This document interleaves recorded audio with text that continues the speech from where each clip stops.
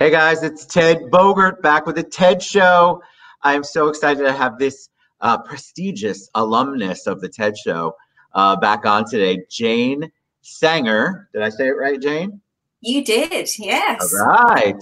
Jane is a filmmaker, TV show maker, writer. I mean, she's got the creative juices going like nobody's business.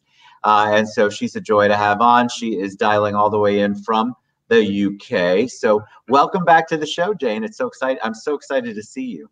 Thank you so much for having me back. And I'm very excited to be here. Thank you. I want people to, you're just such a joy and you have such a great story. So share a little bit of background of you for those who might be tuning in for the first time, and tell us your journey, a little bit of your journey into being involved in the entertainment TV film world. Okay, well, I started a long time ago. At age 11, I was had my first professional role as a child actress, and I attended stage school, but also normal school at the same time. It was more like on Saturdays and Sundays, you know, after school. And then I did all the normal things, went to uni, and then got married and had a family of 5 girls. But I was always... God bless you. Which is hard work, but lovely. And in between, I was always teaching drama and part-time. And about 8 years ago, I decided I wanted to be a film director. It's a little bit crazy, but it was always... Why directing? Why directing? Why was that attractive to you? Obviously, coming from an actor's perspective, I believe adds to the whole directing thing, but why directing? I think it's because the director's in charge of the whole vision, really. You know, the acting, you know, the look of the film, you know, every part of it. So it's a kind of, I suppose it's a kind of bossy role, isn't it? But it's also very, you know, you're very creative in those kind of roles. And I do like all sorts of things, not one, you know, one kind of thing. And I don't think, I left it too late. I don't think I could be an actor, but I did know things from the actor's perspective, you know, having been there. Yeah. I think that gives you a great perspective. It's like any job. If you move on up in a company or move to a different role, your prior role makes a big difference in how you approach your new role. And I think that you would be, I would imagine you'd be an actor's dream, having a director who understands their perspective. Well, they do say that directors come from all sorts of places. So they can be, you know, like the director of photography first, and then they go, you know, to be a director, or they can be an editor even, you know, like seeing the whole thing put together. Then they become a director. So they call them actors directors, which I guess is what I am, you know. Yeah, all right. So tell us a little bit about Lumino Films. That is your film company. Tell us about your journey there, because you actually have directed or written, and you've done a whole bunch of stuff. So tell us a little bit about that. Yeah, I have. I've started off doing short films, as most people do. I've won I'm very lucky. I've won quite a lot of awards, 24 awards for my short films. I've shown at Cannes and all across America, actually, and, you know, and Europe. So it sort of spurred me on, because kind of short films are like a practice, you know, for a feature film. I made my first feature last year, and I had, I don't know if you've heard of them, but Toya Wilcox, she was a big a pop star and actress in England, and another English actress called Sophie Ward, who's been in American things, but they're quite high profile actors. So that was great. And then That's amazing. What was that like? Was it intimidating as a director, or did you just set the stage that I'm the director? Well, I'm not so kind of I don't know, arrogantly big-headed like that, but they were so pleasant, they were so nice and so helpful, and they haven't got big egos, so that was probably a help. So we just met on you know, a normal kind of level, really. Yeah. So why TV? Let's talk about the Nightriders. Give us a little background on how you kind of got into that, and then let's talk about the Nightriders, the show itself. I'm just fascinated by all of it. Well, this is a bit of a long story because I have been writing and, you know, sort of researching the Nightriders, which is a period drama, for a lot of years, because writing does take a lot of years. You know, maybe some people can write quicker, but I go over and over it. And I had a very lucky period, and I know some people have not been so lucky in the COVID, you know, lockdown. I've got a husband who luckily support me as I didn't earn any money for 6 months, but I've got a lovely house and garden, so I could kind of relax and write, and that was amazing. So I kind of finished the Nightriders. Now, the reason that you asked for television is because, well, a feature film's great, but it's 1.5 hours to 2 hours. But when you get TV series, you get 6, 8, 10 hours of creation, and to me that's wonderful, you know. So why this project though? Why a period piece? What was attractive to you for that? Well, I originally did history of art at uni, and I've always been interested in history. Obviously there's a lot of drama in historical facts, and I searched for this particular story, reading across a lot of different stories. I've just found another one actually, but it's reading all these sort of little bits on the internet and newspapers and stuff, and you suddenly think, oh, that sounds good, and then you research it more. So it was kind of just a chance thing, really. And I love period pieces. I love history, and there's so much cool stuff that comes up. What's the premise of the Nightriders? Well, the Nightriders is set in 1714. So in England, George I was just coming to the throne, and he didn't speak any English. He was German. And it's a story about, which is a little known story, really. I feel it, I mean, when you start researching it, lots of people have written books, and there's other kind of smaller films, but it's a story about the Sultans of Morocco, and they were terrible slave traders, and they took a lot of white people, which people don't know about. So they took black Africans to make a kind of this strong army to guard the Sultan, and then they took a lot of people from Southern Europe, you know, like France, Italy, Spain, and then Southern England, and eventually they went over to America, and the Americans actually freed us all in the end, because no slaves ever escaped from these awful places. And the Sultan used them, the men, strong men, he used for building his palace, because he had an obsession with Louis XIV of France, whose Versailles was the biggest palace in the world, and he wanted his to be bigger. So it was in Meknes, and and then he was a terrible womanizer, and he had a huge harem of 1,000 women, and he was always looking for the rare, the exotic, and he particularly, because they were very rare in those days, redheads, and they came a lot from Southern Ireland, Southern Wales, and the West Country.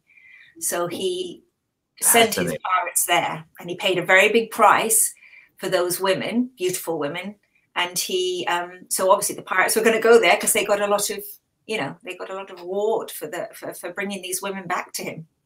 And it's a story mixed in with a more humane, you know, more sort of human story about a young squire's daughter who, one stormy night, she disappears. She's got beautiful long red hair. So we immediately think, you know, she's been taken by the pirates. You see a pirate come up the cliff, and he's possibly about to take her. That's what I'm putting in the teaser, and then you'll have to watch the series. We hope to see what happens. So is the series? So how far along in the process are you with the series? Is the series completely?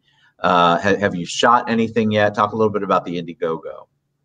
No, we're trying to raise development money, and people who are not in the film world might not realize what that is, but you need to sort of have quite for a TV series, particularly more than film, you need to have quite a sort of presentation ready to show the broadcasters and the streamers.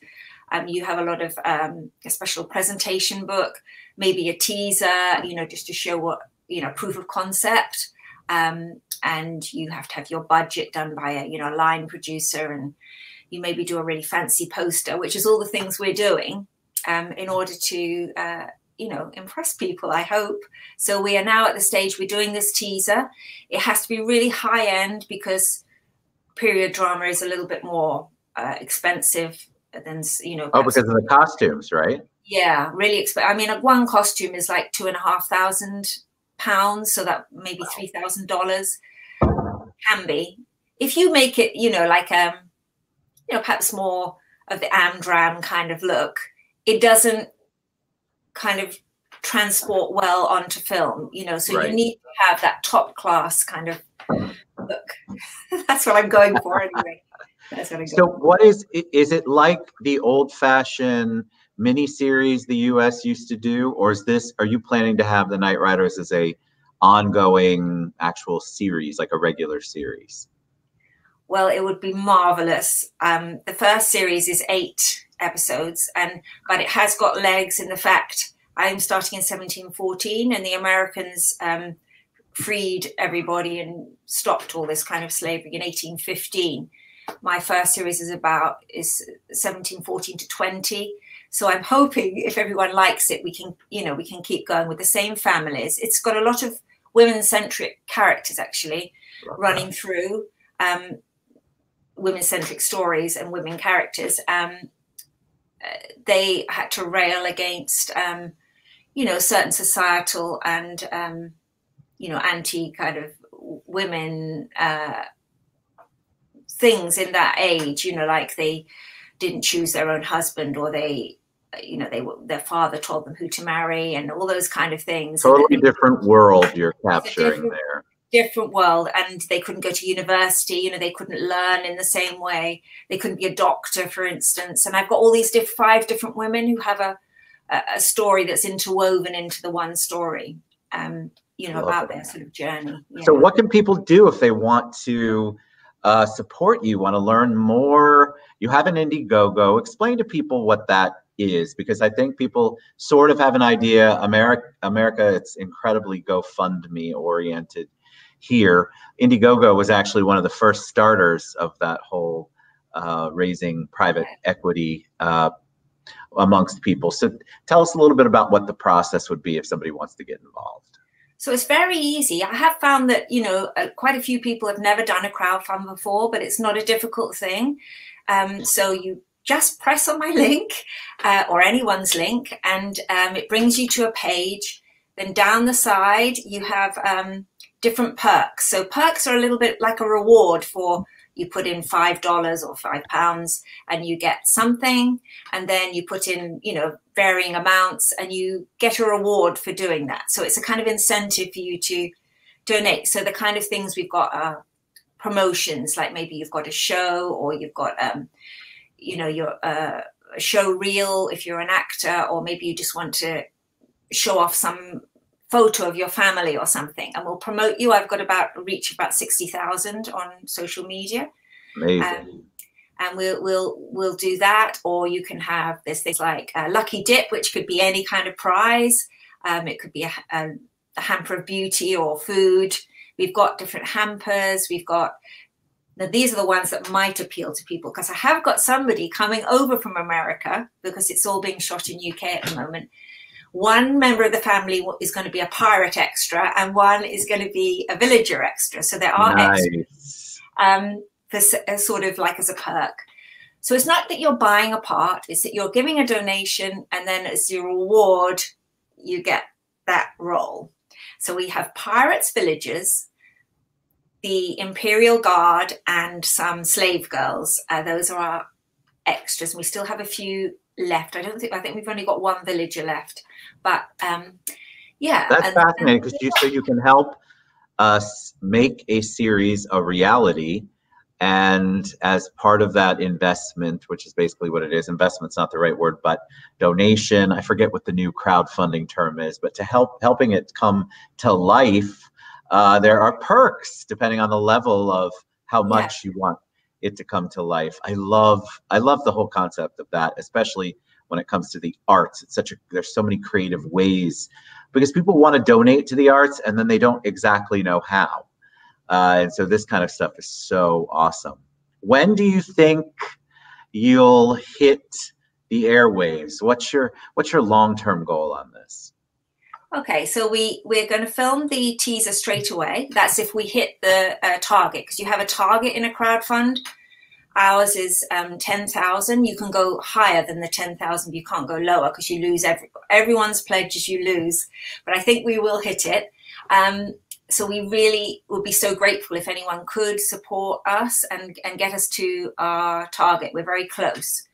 I love that. You're close. That's good. Yes, we are. We are very close. 90% or 91%. Yeah. What a blessing. I love to hear that. I didn't know you were that far along. That's awesome. Where do people go? Do they go to the website luminofilms.co.uk or do they go somewhere else? They can go there because I have got, if people want to pay by PayPal, because you can't pay on Indiegogo by PayPal, they can go to my website, which is luminofilms.co.uk. But the Indiegogo is, you just look up IGME, which stands for Indiegogo, IGME Nightriders TV. And that will bring you to my page. And there you can get the perks, which you can't get if you go to my website. It's just kind of straight donations, which, you know, is very welcome as well. And some people do. Absolutely, people. We would never say no to money. No. Well, because I think so many people love the arts. And during the pandemic, which I want to ask you kind of as our last question, people have, especially people who haven't been furloughed, let go, they're all looking for ways to give back, but because there were no performances or fundraisers or galas, people weren't really sure what to do to give back to the arts community. And this is a fantastic way for all of you who said, God, I just want to help them do something. Well, here's them doing something, and that is Jane Sanger with the Nightriders. Tell me about, go ahead. I just want to say that it's not me you're giving the money to, it's the whole project, and it supports a large number of people getting jobs who have missed out on jobs for 6 months. So it's kind of reactivating, as you're saying, Ted, you know, reactivating the arts, you know, the life in the arts, and people really appreciate it. So I think there's, you know, 20 plus people on this teaser. And if it becomes a series, my long-term goal, as soon as possible, we're doing this, we're shooting the teaser on the 18th, 19th of October, and then again in March, because our dreadful weather we have in England. And